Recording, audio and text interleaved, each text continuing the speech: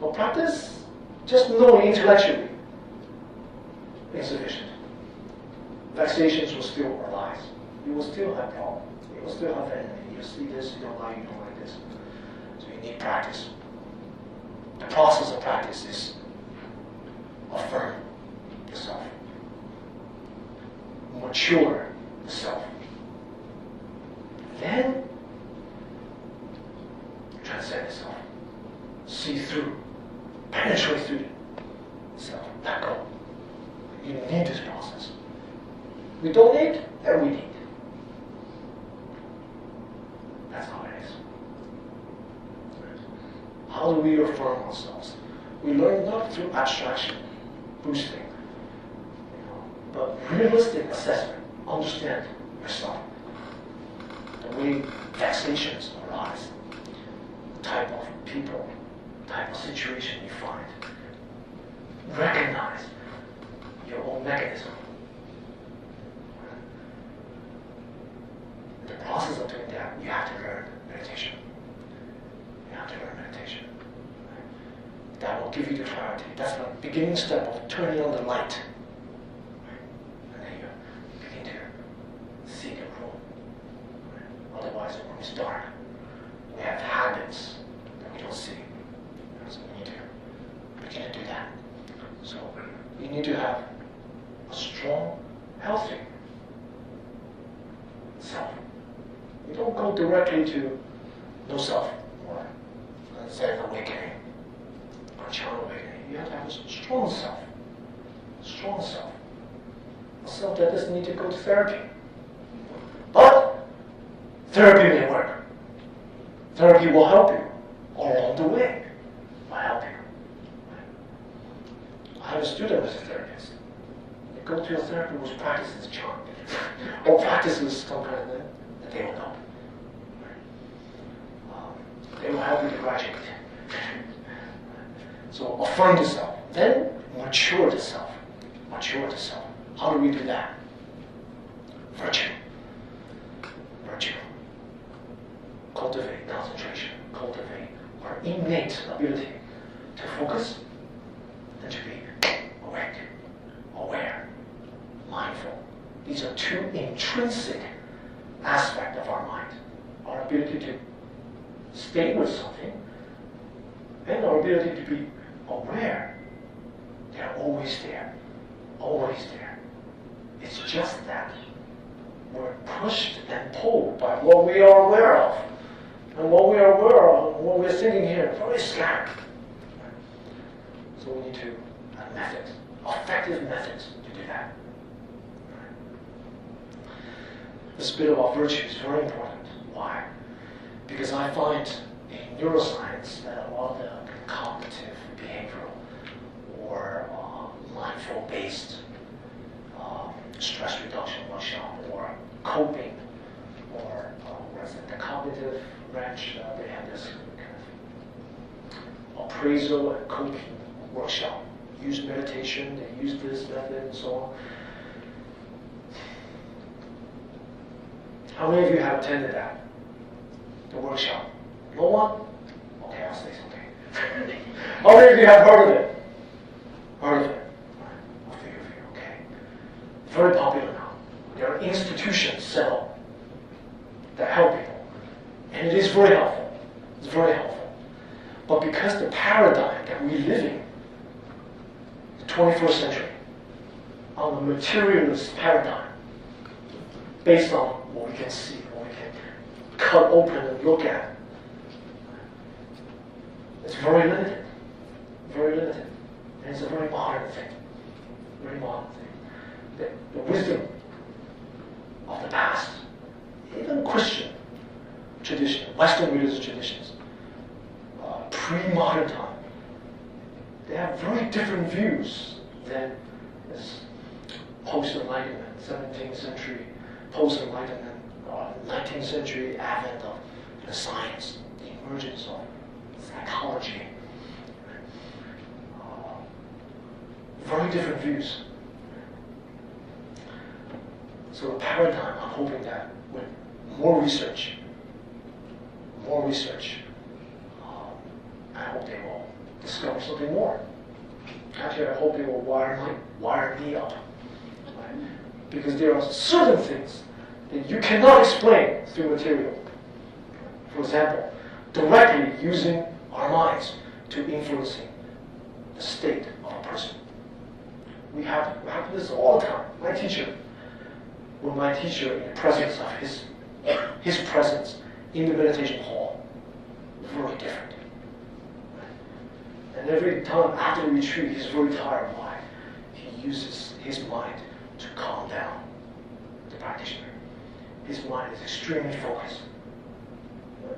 All teachers, they do this in retreat. They help people. How do you explain that? We can't. Because their base is here. This is the region that they study. Right? They have already gone very far. Self is fabrication, simulation.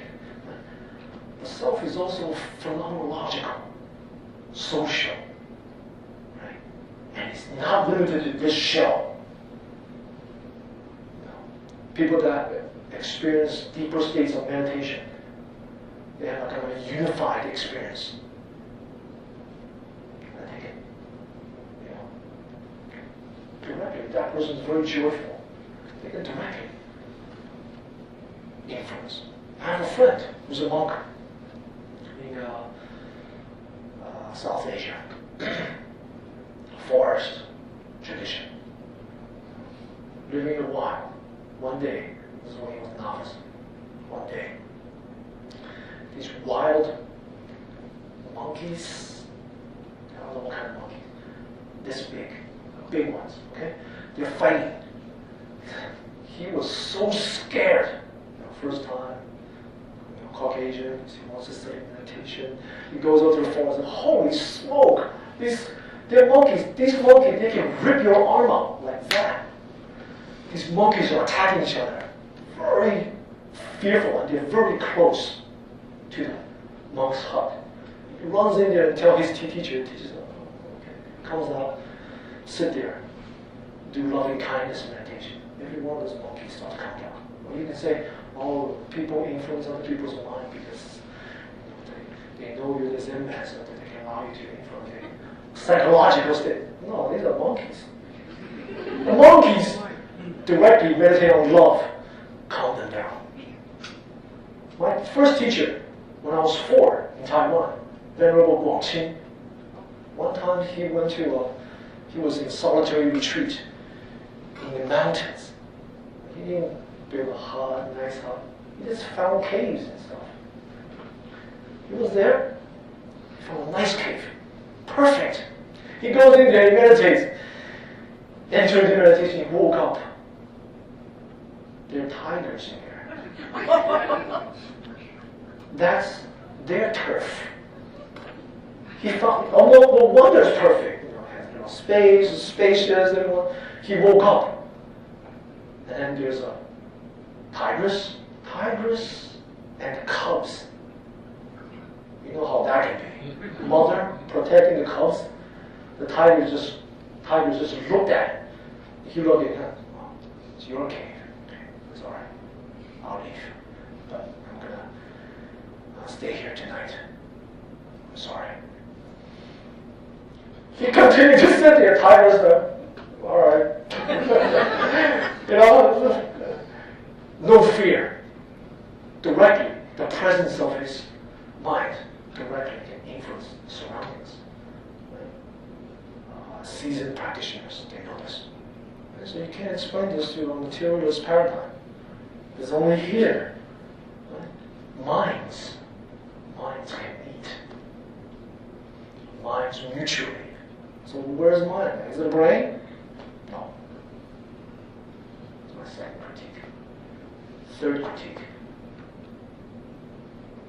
Perpetuation of self. That's what the whole science is about. Make you healthier.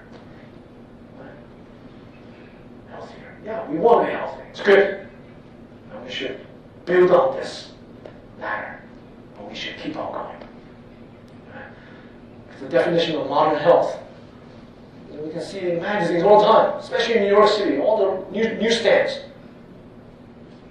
Beauty? Yeah, income? No. Beauty, wealthy, and health. All the pictures of young women, blonde, and exercising. Yeah, that's the definition of health. No wonder no one graduates.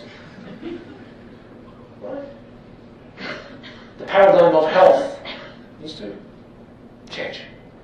Needs to change. Health is to be free from that which binds us.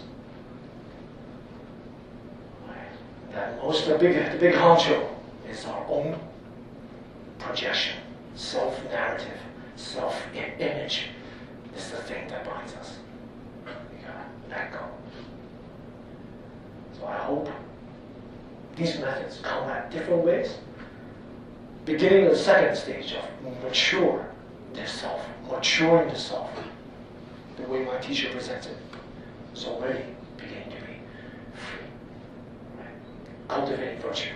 So instead of this paradigm of material self-perpetuation, right? This paradigm, we build it on something quite ancient.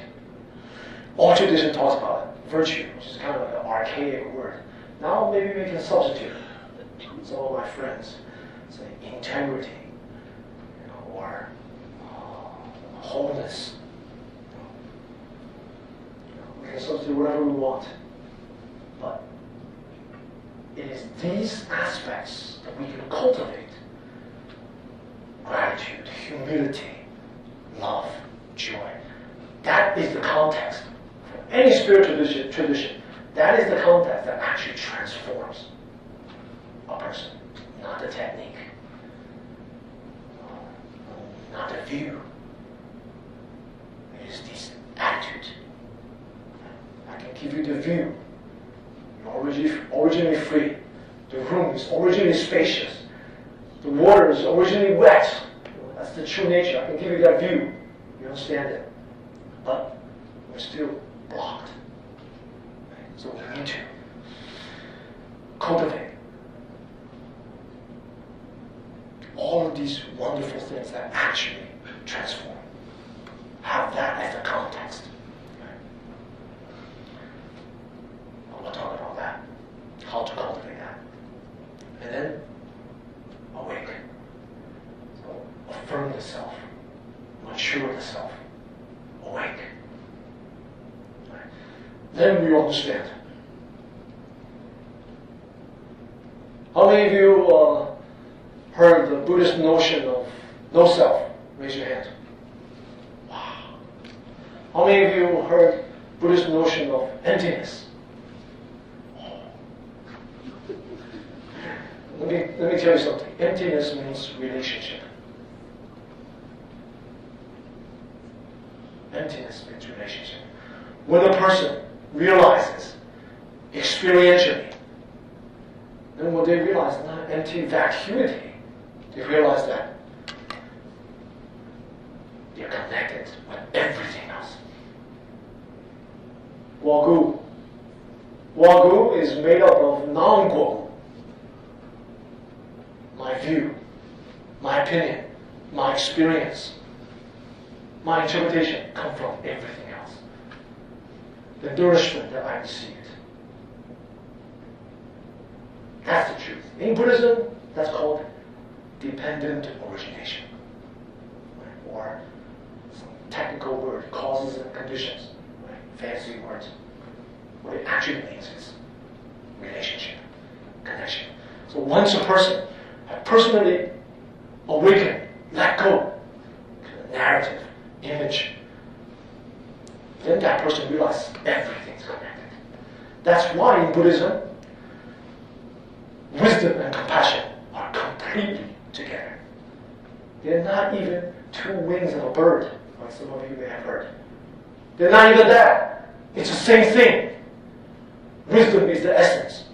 The function is compassion. It's natural. It's the same thing. So wisdom is not that everyone somehow you become enlightened, you become smarter.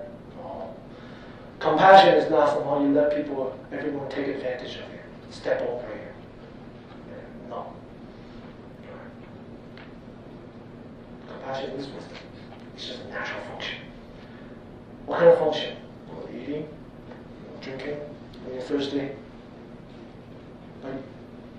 No obstruction. No self-grasping. Then that's compassion. To those around you, and to yourself, everyone. Zen awakening, no self is not this vacuity. It's not that. The wiring in our brain becomes different. We have no kind of spatial orientation, or you cannot operate. Everything's there. Everything's there, except you're not duped by kind of projection, simulation of your narrative about yourself. Emotionally, kind of rooted. Right? One thing I forgot to mention why. What we think, how we feel, why is that there's a disjunct, right? Because the amygdala, once it sends out, the stress hormones, it sends out threat, it perceives threat, it feeds back to the brain. It actually influences directly, feeds back to the prefrontal cortex. So you think this is the rational center, somehow divorced from the limbic system. No, they're actually interrelated. How you actually perceive or influence now by your feeling of stress, your feeling of threat, your feeling of vexations. So you're not actually seeing how things are. So this is our predicament, but this is also what we work with to free ourselves. Now, yoga. Let's begin the first one. Many functions. New York, licensing for yoga, I'm sure it's very easy to get. With a lot of yoga teachers. There's a lot of yoga centers. Great. Explore. Explore. Yoga for us, in our tradition, is a transition to meditation practice. Transition out, we have something else. Self-massage. So it's a transition already in meditation, in movement. It's a kind of moving Zen. We're mindful of movements and sensations. Movements and sensations. Right? Already prepare the mind for seated meditation. Also, it makes the body limb. It makes the body limb agile. Get the blood circulating. Right? Preparing for sitting. And the way my teacher formulated, he took a little bit of Hatha Yoga, took a little bit of traditional Chinese stretching exercises. He formulated about a dozen. And now we simplify to 8 that targets the physiological points that meditators need to do. They're kind of like points that we always have pain and so on. So we'll do them together. How many of you would like to do them together? Okay. You can do them. But they also function in other ways. One of the most important things is that IT person for the Chan Center back in the day, she learned to integrate Chan practice, mindfulness, focus in her daily life. Just like the yoga, just like the breath, except she's moving.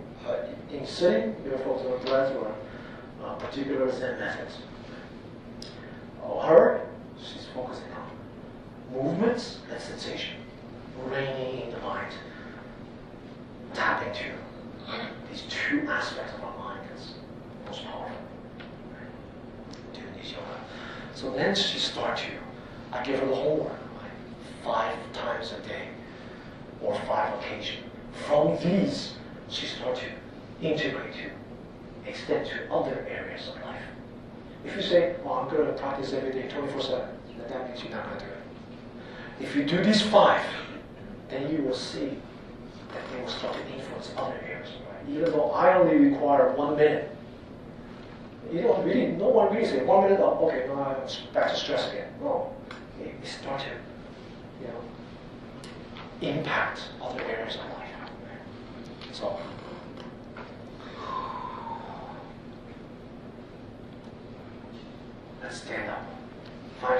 space. You're welcome to come up here if you like.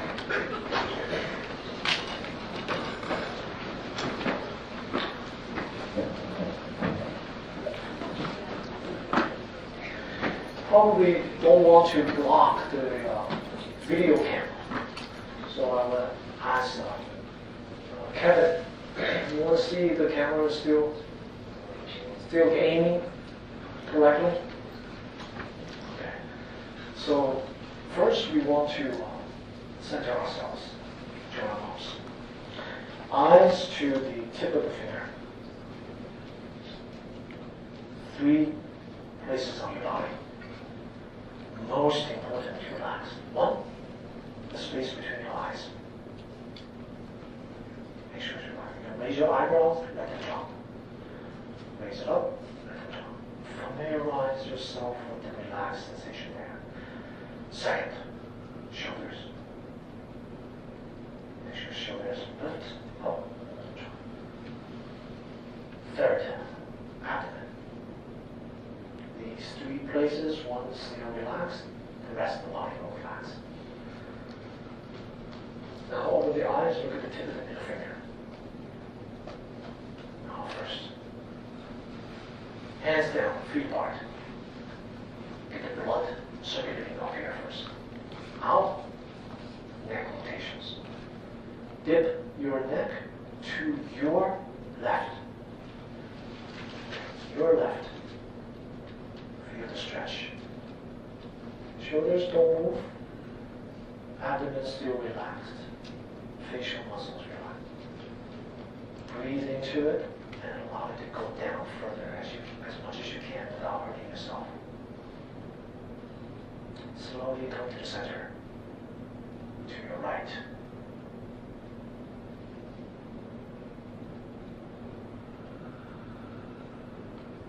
Back to center. Down again. Each one, I'm only going to do twice. But at home, you can do more. At your own pace. Take it down to the other side. Next. Turn your head to your left. Eyes open, even eyes are rotating as far as you can. And then come back to the center, turn to the right. The 3 areas that I said should relax, you have to make sure they're relaxed. Facial muscles, shoulders, and abdomen. When we turn, we're used to tensing out the muscles, right? We'll make sure they're relaxed. 2 sets. Now, lower your head. Breathe into it. Let the breath settle down to the abdomen. And then come back up.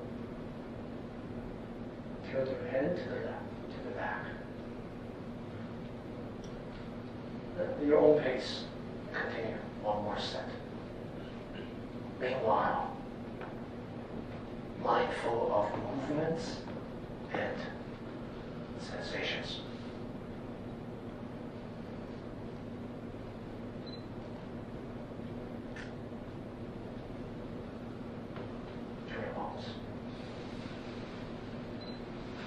Eyes to the tip of the finger. Use your palm to support your lower back. Rotate your waist. Not the upper body rotating. Your waist is, hip is rotating. Meditators, they often have lower back pain, right? Hip pain. This is a very good exercise. Sensation and movements. Okay, change direction.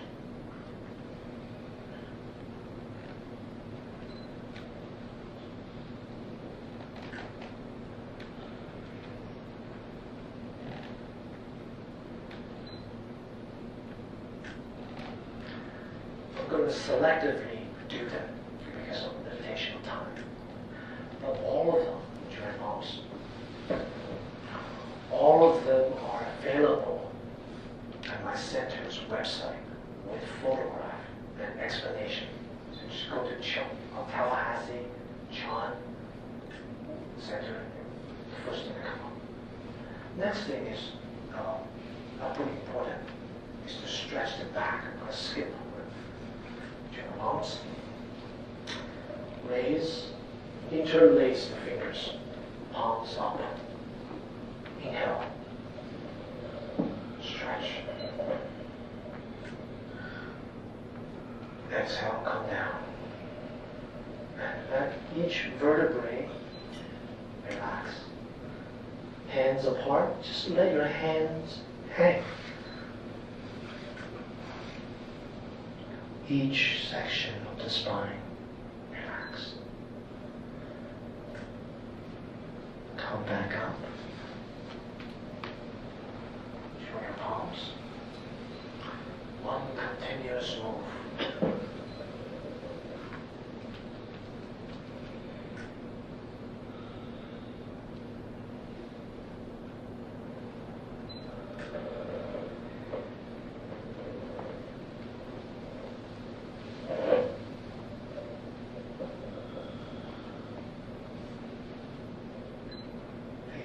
Sensations and movement, and return to the center.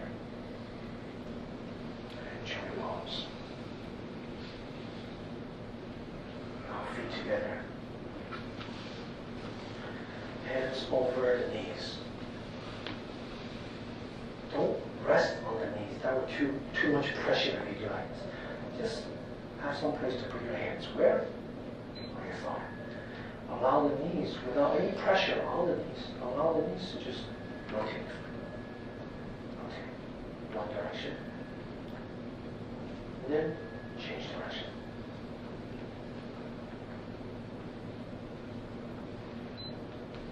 And turn those. Okay, please sit down.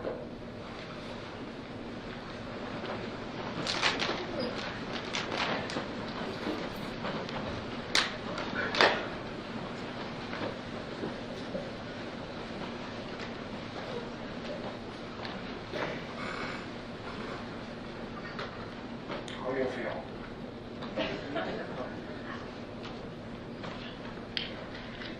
Usually right after this, we go right into meditation.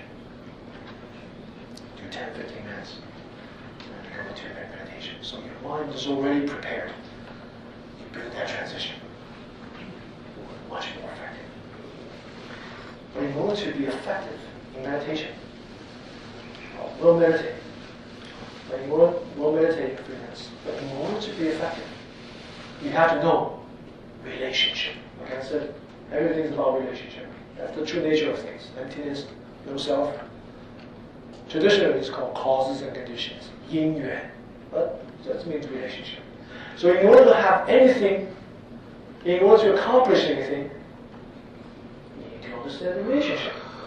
Otherwise, some people will sit for 10 years. They don't know why they sit good, why they can't sit. Sometimes they sit good, sometimes they don't.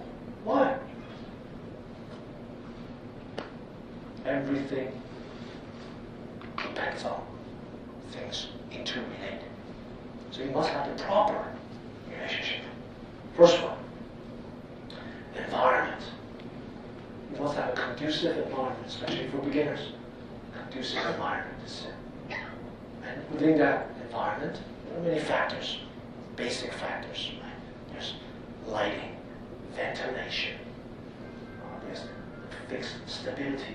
You don't sit on the bed, you don't sit on a hard sofa, you sit on close to the ground. Many things. I'm going to go over them pretty quick, but you can follow up to take a beginner's meditation workshop. I'm in Florida, the Chan Meditation Center. That's my route.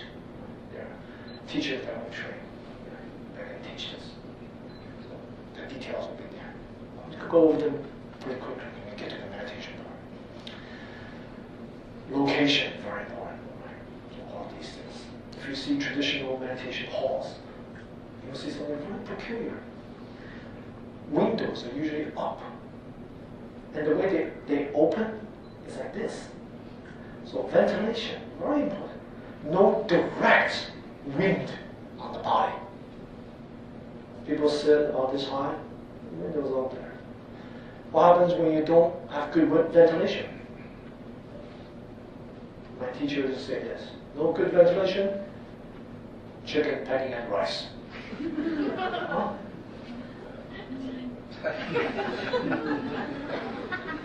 And then he's thick. So you have to have good ventilation, but no direct wind on you. Then you get some sickness. Because in meditation, our pores are open. And then you have wind, humidity come up, and arthritis when you get older. So all these things. I'll just touch on some points. Next, timing. Timing. The principle is you're well rested, which means usually in the morning after a good night's sleep. Right? What else timing? After breakfast, all your blood is circulating, digesting the food, and when you sit, what happens? Chicken pecking at rice. That's what happens. So after you wash up, you sit, brush your teeth, wash your face, sit before you eat. Otherwise, you gotta wait another hour. Not enough oxygen flow. While the blood is going to focus in here, digesting the food. So before a meal, after you're well rested. Now, if you don't have mornings, what happens? Do it in the evening. Come home from work, take a nap, rest. Don't lie on bed. Get one of those yoga mats. Lie on the floor, 15 minutes. Much more effective. Lie down the corpse pose. Right? Lie down like that. If you lie on the bed, forget it. See you tomorrow morning. Come on, your mind is just more hazy. You know? So you lie down, rest, 10, 15 minutes. Any longer, check it back and rest. So you wake up, and then you, in the evening, have a good sleep. Tools. Tools are very important. Very important. Basic tools. Cushions. Round cushion. Square mat. Sometimes substitute the round cushion with meditation bench. Or another kind of cushion. Very important. Very important. You can substitute with blankets. But the cushion, the round cushion, will help you. Why? It props up your buttocks. So your spine can be naturally straight. Naturally straight. Now what happens if you sit on a very soft space and your knees are up, you kind of just sink down? What happens if you sit like this? And you try to have a straight back? You can't. If you try to sit like this, straight back, your back will always try to be straight. That means there's tension. Tension in the back, front, what happens? I guarantee your abdomen will be tense. Abdomen tense, what happens? Abdomen tense, the diaphragm doesn't relax. So your breathing is very shallow, up here only. What happens when breathing is shallow? Wandering thoughts. You can't turn off the prefrontal cortex. The seat of discrimination, the seat of laboring, conceptualization, fabrication. Wow. So, meditators, their prefrontal cortex, they can down. They can shut it off. What's there? The natural ability of mind. Awareness. Awareness is not thought. Awareness is not thought. Awareness is a natural product of in neurological parlance. It's a natural functioning of brain, the wiring. The concepts, language, all these things. Yeah. So, when we sit, very important to have a straight back. Some people's body postures are very big, they're very short, they're chubby, skinny. So some people need 2 cushions, 1 cushion, 1.5. You be the judge. So long as you sit and you can very naturally straighten the back without much effort. Then your abdomen can relax. Abdomen relax, diaphragm lowers. That's what we say. Abdominal breathing. Right? Have you heard of this? It's not really like you're breathing really down here, like you have another set of lungs down here after your meditation. It just means your diaphragm lowers. It helps your breathing. And then why is it moving then? Because the diaphragm is resting on your intestines, on your organs. So you naturally go with the rhythm. You have to rise and fall. This means you're no longer limiting your shallow breathing. This means your oxygen in your lungs, very little effort, maximize the amount of oxygen throughout your body. Very good for your body. So in order to have a back straight, top. And then the bottom one, you don't have the bottom one, just get some backing. Do that. But there's another thing that people do. They have something called meditation bench. Have you seen it? We never had that in Asia. This is a new invention. American Buddhism. Very effective. Why? Because, check this out. I don't have that bench, but I have this one. To pretend this is the meditation bench. When you sit like this, your back, very easy to straighten up. Very, very natural. And the bench is like this. Has an angle. You've seen it. Very easy. But you have to spread out the knees so it's, you have stability. Very easy. Another caveat, but a caveat of this is your hands have no support. Hands have no support. So you want to have a towel, which is another tool. Cover up. Sit. Like that.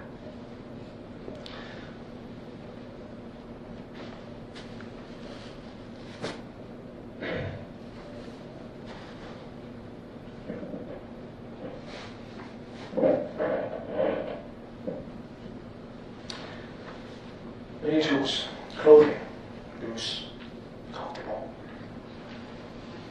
Body.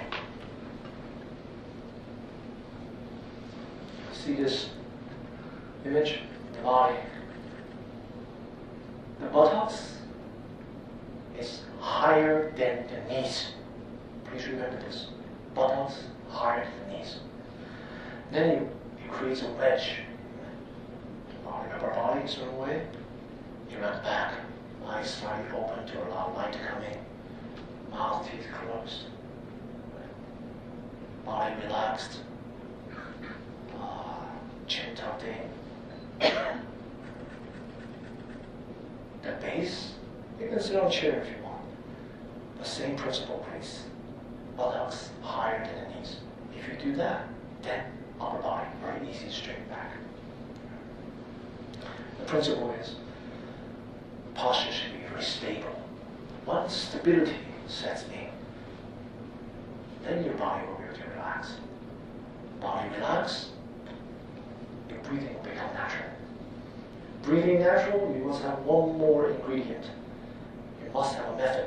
Otherwise, just stability, relax, natural, and then chicken pecking at the rice.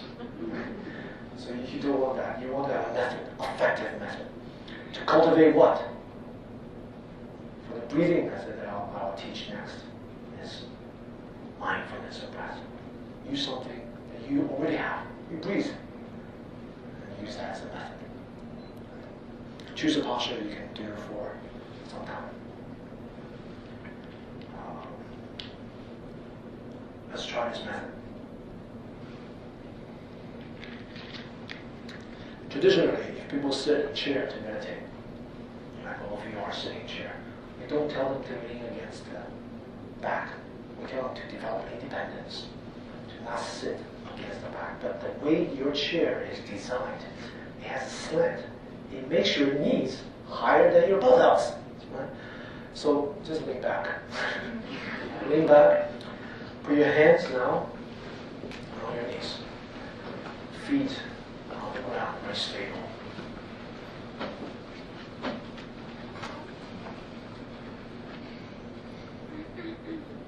Before we meditate, the way my teacher taught it, always relax the body. So first go to the crown of your head. Relax. Feel. Don't tell yourself. Telling yourself is concept. Feeling is tactile sensation. So feel. Feeling now the space between your eyebrows. Lift your eyebrows and let it drop. Why? Just to familiarize, what does it feel like to have a relaxed forehead? And then eyes relax. Familiarize yourself with that. Eyeballs, don't use them. That's how to relax. Cheeks, lips.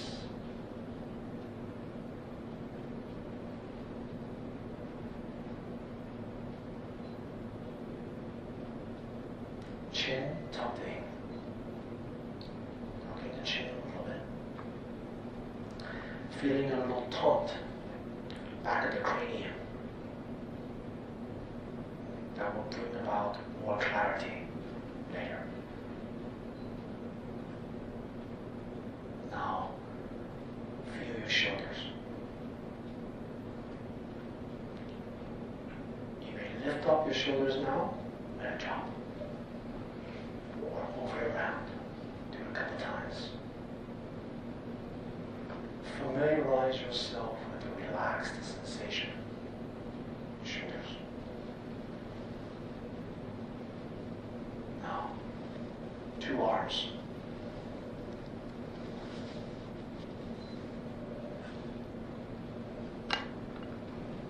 Relax. Elbows. Forearm. Wrists. Hands.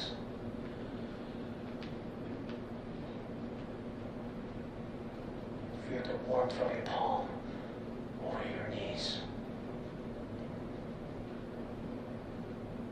Now check the whole arm. Both arms.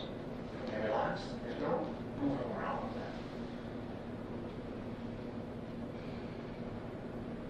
Now, systematically, return to the top of your chest. Make sure your chest is relaxed. Go down to your chest. If you like, you can match it with your exhalation. Exhale, move down to the next section. Abdomen.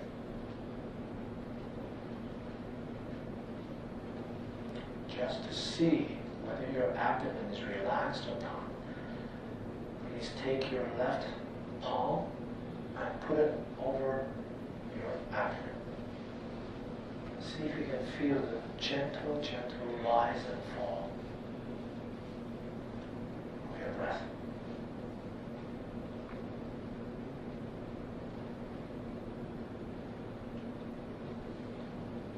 Relax your shoulders all the way down. Relax your abdomen now. Feel the rise and fall. That's a relaxed abdomen. Now put the hands back on your knees.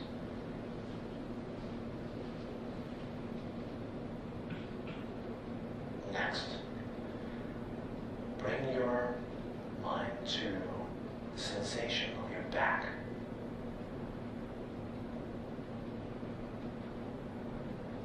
Down the spine, mid-back, and lower back. And then, relax the next section, the buttocks. Do you feel the weight? Feel the presence of your body. Staying in the buttocks. Don't hold your bodily weight there. Allow your bodily weight to Go down, give it to the seat. Release your upper body. Now, light as a feather. Now wait. Wait. Just give it to the cushion. Now go down to the thighs. Knees. Calf. Ankles. And feet. Move your toes a little bit. Make sure that the tactile sensation is there. And then relax them. Feel the soles of your feet touching the ground and get that weight to the ground. Now, we'll go directly into meditation of the breath. Instead of me talking about the method, we'll use it. Now that the body is stable, relaxed, breathing is natural. At this point, sharpen your mind. Bring your mind to the tip of the nose. Feel the sensations there. There are a lot of sensations. Feel the coolness of the breath going in, touching different parts of the nostrils. Feel the breath going out. It's actually a little bit warmer, temperature-wise. It's qualitatively different. There are other sensations such as coarseness or silkiness of the breath. The expansion of the nostrils. You must breathe naturally now. We have already brought the breath to a very natural state, abdominal breathing. Just awareness, not thinking, aware. Awareness is a sensation. Sensation, this sensation is a tactile sensation.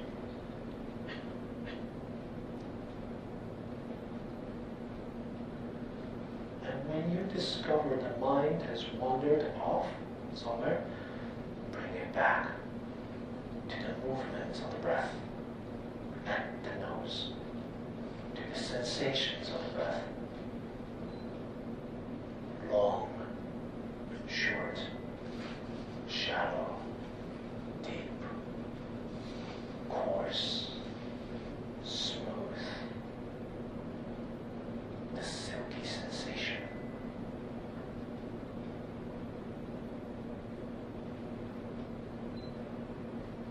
Mind, moment to moment, aware, awake.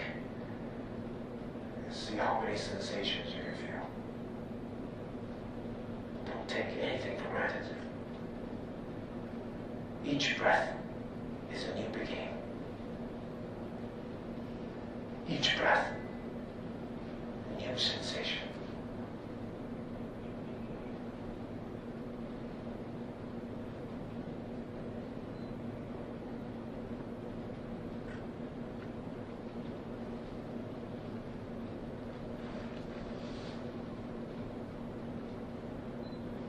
Let's try another method. Instead of being aware of the breath, we can count the breath. This involves the minimum amount of concept, label, words.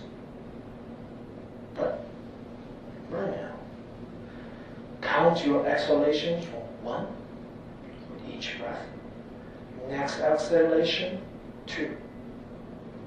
Next exhalation, 3, all the way to 10. 1 to 10, 1 to 10, 1 to 10. Are you aware of all the subtle sensations of the breath? No. And this method, just be aware of the number. All you have to know is the breath gone out. Give it a number. Stay with that number. Stay with that whole number for the whole duration. Even past to the beginning of the next breath, the inhalation, you still with this whole number. And then the exhalation again, then give it a number. So it's like 1. Stay with 1, stay with 1, stay with 1. Next exhalation, 2. Just stay with the sense of knowing. When you are on 3, don't think about 4. Forget about 2. When you're on 6, there's no 7. There's no 5.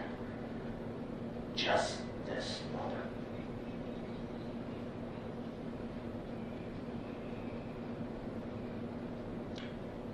Allow yourself to be joyful, content. Each breath.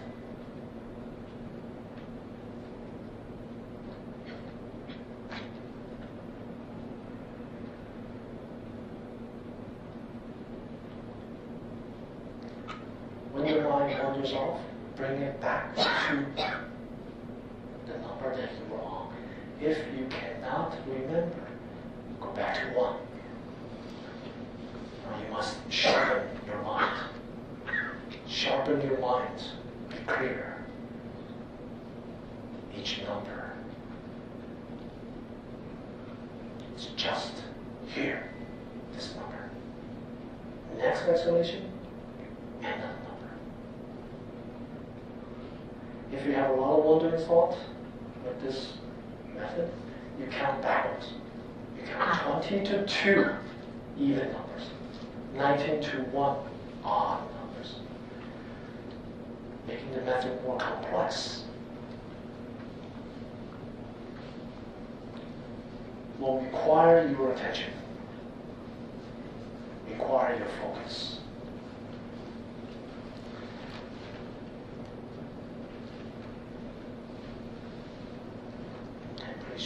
Join your palms. Center ourselves again. Look at the middle fingers. And then hands on the knees. I'm going to teach you the next method, which is relaxation and mindful massage. After each period of sitting, you always want to massage. There's a lot of different things happening. Massage smooth out the energy flow and painful areas. First place.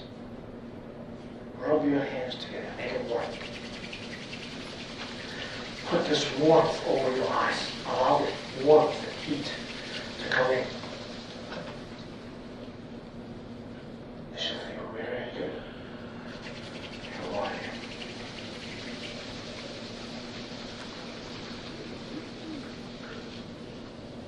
Again.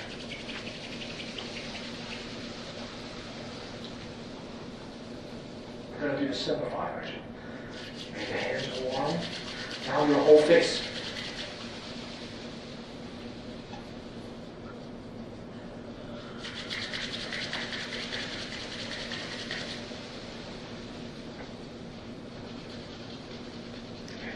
And then massage different parts. And then all the way down. Use your hands. Massage the back of the neck. Meanwhile, you're still meditating. You're coming out of breath meditation. What are you doing now? You're meditating on sensation and movement. So, muscles squeeze, joints rub. Right? Your muscle squeeze, joints rub. Muscle squeeze, joints rub. Even though your elbow is not really at pain when you're sitting meditation, it's your legs, but still do from the top down. Systematically, this will even out and smooth out the energy flow to the other arm. One arm finished, the other arm. Mindful of your movements. Enjoy your body. Enjoy being with your body, in your body. Fingers, squeeze it a little bit. Chest. Cross your arm, just massage, squeeze if you want. and then in another direction. And then your silent rib. Go all the way down. And then stomach. Because the positioning of our internal organs, what you want to do is top, left, down, and come up on the right, this direction. Okay? So follow my hand. You should be massaging like this direction. Okay? So as if I'm looking at you clockwise. Now the back. Reach back and just squeeze. As much as you can. Both sides. And then down your spine. Here's what to do. Use your knuckles in your fist. Don't crisscross. A lot of nerve endings along the spine. Two sides of the spine. Massage like this. Like this. Use your knuckle. Mindful, joyful, being in the moment with your body. And then lower back. Now this is where a lot of people have pain meditation. Make your hands warm again. Bring that heat to your lower back and rub it. Allow that heat to come in. Areas of your kidneys, your hip. And then legs. Also squeeze. Squeeze, squeeze, squeeze. Knees, joint rub. Also squeeze, joint rub. And then squeeze all the way down. 4 fingers in the back of the calf muscle. And 2 thumbs. 2 thumbs pressing alongside the shin bone. This is the acupuncture point. Outside. How do you find it? Here's a secret. Let's all do the right leg first. Palm. Right palm over the right kneecap. Directly around the right kneecap. And where your ring finger touches, that's the beginning of the acupuncture point. Along that outside, squeeze all the way down the shin bone. You can dig your fingers into it. That means you found the right place. If it's painful, you found it. Okay? But this actually massages your internal organs. Yes, that's good. So one leg, another leg. Then we get up. If you're used to it, you can do this 5 minutes, 10 minutes, and then you get up. It's a healthier way. So this is a whole set. Before sitting, we have yoga. During sitting, we have 2 methods to choose from. After sitting, we have self-massage. It's a set. Now I have some questions. How many of you like the meditation on the breath? A little bit better than the counting. Raise your hand. Okay. How many of you like the counting better? Well, some people. Chan practitioners. Chan practitioners are very in tune with the body. Right? To massage, breathing. So often we live in a way in which we're separate from our bodies. Our body's doing one thing, our mind is doing something else. So this is a way to unify body and mind. Right? Whatever the body's doing, the mind is right there. When we meditate.